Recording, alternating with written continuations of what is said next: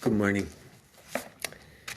These COVID days are different in the fact that our churches barely don't have anyone in them. I don't go to church just because I'm on an immune suppressant drug. But there are other times and other places. If we go back to 1926, Blessed Miguel Pro, now his father, Miguel at that point, he's 39 years old. He was from Mexico City, but he had gone to Europe to be trained to be a Jesuit there. And there he wore the black cassock, the long black cassock you sometimes see some of the priests wear yet today. And when he arrived, he had to wear regular street clothes, and he had to be very careful, because at that time, there was a general repression of Catholicism in Mexico, such that priests would just normally be arrested. So under disguise, he goes in. And he has a certain sense of humor. So a lot of the things he has a sense of humor such that a lot of the messages he sends back to his fellow Jesuits have a certain humor, reflect a certain bravado he has in making this sound like it's a playful adventure. But when he comes to Mexico, all the churches are closed. It appears like there's nothing going on. And yet, there's a very strong underground church with some very devout people. He had no problem finding many, many people that would help move him around and such. But these were politically difficult times. This President Plutarco Calles had started out with this idea of having land and liberty, and somehow that just kind of evolved to just anti-Catholicism.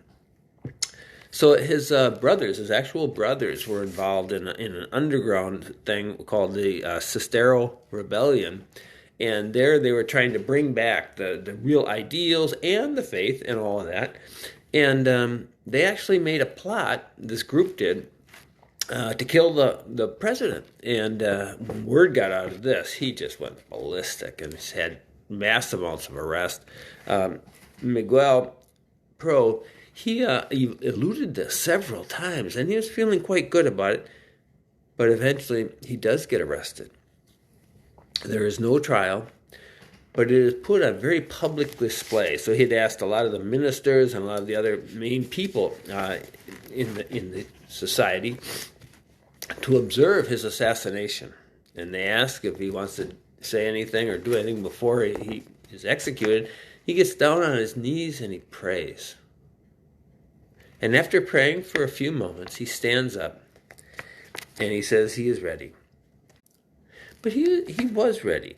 He had said, he kind of anticipated that. And he said one time in a letter, he wrote these words: "Adios, remember me to all, never forget me. And at any time you lack someone for whom to say an Ave Maria," that is a Hail Mary, "know that I shall accept it with the greatest pleasure." Again, he maintains a certain sense of humor. But as his execution at the firing squad, when he is faced with his imminent death, he holds up his arms as though, I can't see it, I'm holding up my arms, holds up his arms as in the sign of a crucifixion, and boom, he is killed.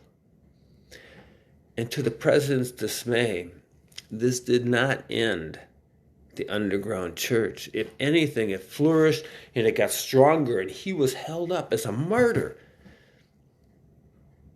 It's a tragedy to lose one's life in such a way.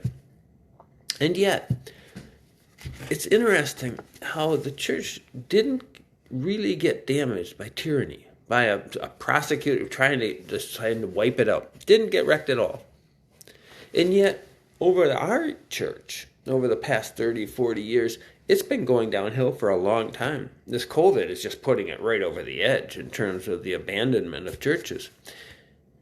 And it seems like it's our prosperity rather than any kind of oppression that has caused the greatest damage to church. And church in itself is a lot of us being together, trying to get close to our God. We need to be cautious as just to how well we have it. We need to keep an open thought, not just to charity, but to our own connection with poverty and our own need to search for God.